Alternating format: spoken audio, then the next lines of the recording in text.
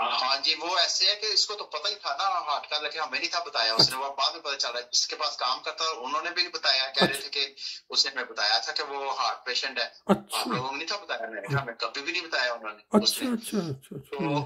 تو ٹھیک فوت ہونے سے 3 دن پہلے میرے وائف کا بھائی ہے، ویسے بھائی سائیکل پہ پھر رہا تھا، تو اس کو وہ ملا، تو اس نے کہا کہ میں کام کرتا ہوں جہاں بھی وہ کہیں کام کرتا تھا.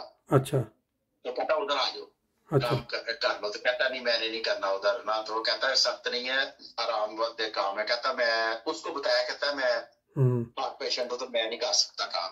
اس نے یہ کہا پتا کام چور ہے اس لیے کہہ رہا ہے نا. کہتا وہاں پہ کمپیوٹر پڑھے لکھوں کا کام ہے تو تمہارے لیے تو بہت آسان ہے، تمہیں ہو سکتا ہے کتنے زیادہ اور بھی جو ان کی ہیں وہاں بھی سارا تمہارے پر کرے. کہتا اچھا چلو میں دیکھوں گا نا. تو اس کو دوسرے کو بھی اس کو سنجیدہ لیا کہ واقعی ہے. تو ٹھیک فوت ہونے والے دن اپنی ماما کے پاس گیا، اگلے دن اس کی برتھ ڈے تھی. تو ماما کے پاس گیا تو وہ کہہ رہا میری طبیعت صحیح نہیں ہے نا. تو نام یہ دوائیاں وغیرہ بالکل نہیں تھا کھاتا، جتنا مرضی ہم کہہ نہیں تھا کھاتا. اپنے سوچ کے ساتھ اب میں سوچتا ہوں واقعی تھا، کیونکہ میں نے ہومیوپیتھی کی دوائیں کی تھی اکثر وہ کراٹاگس وہ اکثر میں اس کو لیتے دیکھ. میں کہتا اپنے دماغ کو کیا کیا لیتے رہتے ہو، تو کوئی ہم جو دیتے ہیں وہ لیتے نہیں ہیں دوائیاں. کبھی نہیں کسی نے دوائی کھائی. ماما سے جس نے پیراسٹامول لیا سنا پتہ نہیں آدھی کھائی تھی، تو کہہ بھی رہی ہے کہ تم یہ سے نہیں ادھر سو جاؤ. کہتا نہیں یہ 2 رات پہلے رہ گئی کہ 3 راتیں نہیں، 4تھی رات تھی. میں گھر جا کے گیا تو بس اب ادھر میں تو نہیں خیر گیا 3 دن. اس وقت دوسری باتیں وغیرہ اس سے یہ پتہ ہی نہیں کہاں تھا کہاں نہیں. تو وہ جو لوگ ہیں وہ بتا رہے تھے جو ساتھ والے، انہوں نے کہا کہ اتنے گھنٹے ہو گیا باہر نہیں نکلا نا اپنے کمرے سے. انہوں نے دیکھا تو وہ جو جرمنوں کو نہیں پتا نماز وغیرہ کا، جو وہ سچویشن اس کی بتا رہے ہیں وہ بالکل صحیح سجدے میں پڑا ہوا تھا، اور پتہ نہیں کتنے گھنٹوں سے پڑا ہوا تھا. اب واللہ عالم پر نماز پڑھ رہا تھا یا کہ ایسے کرتے ہارٹ کو کچھ ہوا ہے تو نیچے گرا ہے. نامی جو بڑے لوگ کہتے ہیں اگر ہارٹ سے کچھ ہوا ہو تو وہ پھر ایسے گر سکتا، صحیح سجدے کی حالت میں نہیں ہوتا. اب پتہ نہیں. اب بہرحال یہ تو جو انہوں نے بتایا کہ وہ جس سچویشن میں تھا وہ یہی لگ رہی تھی جیسے انسان سجدے میں بتا رہے ہیں، ماتھا نیچے تھا، سر نیچے تھا، ہاتھ گھٹنوں پہ جیسے صحیح سجدے والا حالت ہوتی ہے. انہوں نے یہ بتایا. برتھ ڈے تھی اس دن اس کی، تو پولیس والوں کو یہ تھا کیونکہ یہ لوگ تو مناتے ہیں نا، ہم لوگ مناتے نہیں، ہمیں تو یاد بھی نہیں رہتا کہ لوگ کئی دفعہ وش کرتے ہیں تو یاد آتا ہے میری برتھ ڈے ہے. بچوں کو بھی ہم نے جو بالکل چھوٹے ہوتے تھے نا اس وقت گھر میں صرف ہم گھر والے کیک وغیرہ کر لیا تو چلو 2-3 سال یا 5 سال تک کبھی کبھی ایسے کر لیا. نہ بھی کبھی بچوں کو بھی نہیں یاد رہتا، کبھی نہیں تھا منایا. تو اب میں سوچتا ہوں ہو سکتا ہے بیچارے کا ہارٹ بھی ویک ہوا ہو یا کیا. تو اس دن سوچا کہ مجھے نہ میری مام نے مجھے وش کیا نہ پاپا نے کیا ہے، یا کیا تو ہو سکتا دل بیٹھ کے سجدے میں گیا ہو، نماز پڑھ رہا ہو. اللہ علم کیا چیز تھی اس وقت. تو وہ میں بتانے رہا پولیس والا بتا رہا تھا کہ ہمیں زیادہ تفتیش اس لیے کرنی ہے کہ اس کی آج برتھ ڈے تھی.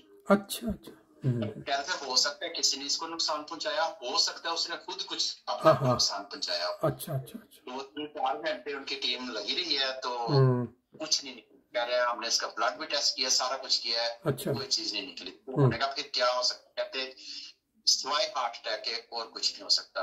ہوا ہے اس کا، ہم کچھ نہیں کہہ سکتے. اگر آپ کو بہت زیادہ چاہیے کیونکہ ہم لیبارٹری میں اس کا بلڈ وغیرہ ہر چیز ٹیسٹ کروا لی، کوئی چیز ہمیں نہیں ملی، اس کے کمرے سے بھی کوئی چیز نہیں ملی. تو وہی اگر آپ نے مسٹ اپنا چیک کروانا پھر اس کے ایکسٹرا پیسے وغیرہ ہوتے ہیں، پتہ نہیں 1000-2000 انسٹیٹیوٹ والوں کے پاس بھی جو بھی جیسے کرتے ہیں چیر پھاڑ کے. جب بارہ کہتے ہیں ہمیں کوئی چیز ڈاکٹروں میں ہمیں کوئی چیز نہیں ملی. پھر ہم نے کہا ہمیں کیا ضرورت ہے، بس اللہ تعالیٰ کی اللہ تعالیٰ کا بندہ اللہ تعالیٰ لے گیا ہے، اللہ تعالیٰ کی مانت تھی. جیسے بھی یہ تو خدا تعالیٰ کا ہوتا ہے. کہتے ہیں کہ جگہ بھی مقرر ہوتی ہے جہاں جس ہے وہ سارے سچویشن بنتی گئی اور وہاں پہ وہ جا کے بیچارے نے فوٹو نہ تھا ہوا وہاں پہ. بالکل ایسے ہی ہے. وہ سنتے آ رہے ہیں نا، بلانے والا ہے سب سے پیارا، اسی پہ تو اپنا دل، اور کیا کہتے ہیں دل تو اسی پہ جاں فدا کر. بہرحال اللہ تعالیٰ کا جی یہ ایک نظام ہے، اور یہ جب سے دنیا بنی ہے یہ چل رہا ہے. جب ہم دکھ اور غم کو دیکھتے ہیں تو سب سے پہلے ہمارے ذہن میں نبی کریم صلی اللہ علیہ وسلم کا دکھ اور غم سامنے آ جاتا ہے. جب ان کے جوان بچے جو رسول پاک صلی اللہ علیہ وسلم کو سامنے لے کے آتا ہوں کہ وہ اللہ تعالیٰ کے اتنے پیارے بندے تھے جن کے لیے کہا گیا کہ تمہیں نہ بناتا، مجھے ساری کائنات بنانے کی ضرورت نہیں تھی. بالکل صحیح بات. تو جتنے انہوں نے دکھ اور تکلیفیں لی ہیں، بچے بیٹے پیدا ہو گئے ہیں، فوت ہوتے گئے ہیں. بالکل بالکل صحیح. ہمیں تو لاکھ لاکھ شکر کرنا چاہیے اللہ تعالیٰ نے ہر پریشانی سے. اگر کبھی پریشانی آتی ہے تو میں ان کو سوچ کے اپنے دل کو تسلی دے دیتا ہوں. بالکل. اور سب سے بیسٹ ہے بھی یہی مثال ہے، کیونکہ یہ جو آپ سے باتیں کی ہیں، جو آپ نے بیان کی ہیں، جیسے میں نے شروع میں بتایا تھا، اس کا مقصد بھی یہ ہے کہ دنیا میں جب ہم آئیں تو ہمیں یہ ان مسائل سے، لازمی بات ہے بہت سارے لوگوں کو واسطہ پڑ چکا ہے، ایسے غم میں سے گزرے ہیں، اور آئندہ بھی دنیا میں ایسے یہ غم یہ ساتھ ساتھ لگا رہنا ہے. تو جب انسان یہ سامنے رکھے یہ سارے واقعات اور پھر نبی کریم صلی اللہ علیہ وسلم کا غم، تو پھر انسان کو کچھ تسلی.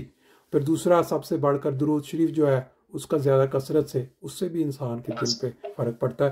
بہرحال جی، اللہ تعالیٰ آپ کو صبر دے، اور باقی جو فیملی ممبر، سب جاننے والے جو فیملی کے آگے دوست اس کے سب کو اللہ تعالیٰ صبر دے، اس کو جنت الفردوس میں بلند مقام عطا کرے انشاءاللہ تعالیٰ. پھر آپ کے ساتھ اگر آپ جماعت کا، سارے احمدیوں کا، اور جو اللہ تعالیٰ نے یہ جماعت دی ہے خلافت سے منسلک رکھا ہے، یقین کریں کہ اگر بندہ جیسے پتہ نہیں کو کیا کرتے ہوں گے، کیسے کرتے ہوں گے، جی مجھے کچھ پتہ نہیں، سارا جماعتی طور پہ سارے کام بہت اچھے طریقے سے ہوئے ہیں. بالکل. اور آپ نے دیکھا ہوگا ماشاءاللہ سینکڑوں لوگ آئے، اتنی دنیا آئی ہے، بالکل حیران ہو گئے. سارا اللہ تعالیٰ یہ بالکل صحیح بات ہے. وہ ایک خلافت کی جو لڑی ہے نا، جس کے اندر ہم پروئے گئے ہیں، وہ اس کی ساری برکت ہے. خلافت کا سایہ ہم پہ ہے، سر پہ.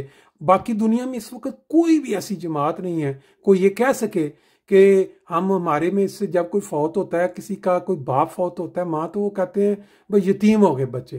ہماری واحد جماعت ہے دنیا میں کہ جس کے باپ یا ماں کوئی فوت ہوتا ہے تو کہتے ہیں بچے یتیم نہیں ہوئے، ہمارے اوپر جو روحانی باپ کا سایہ موجود ہے.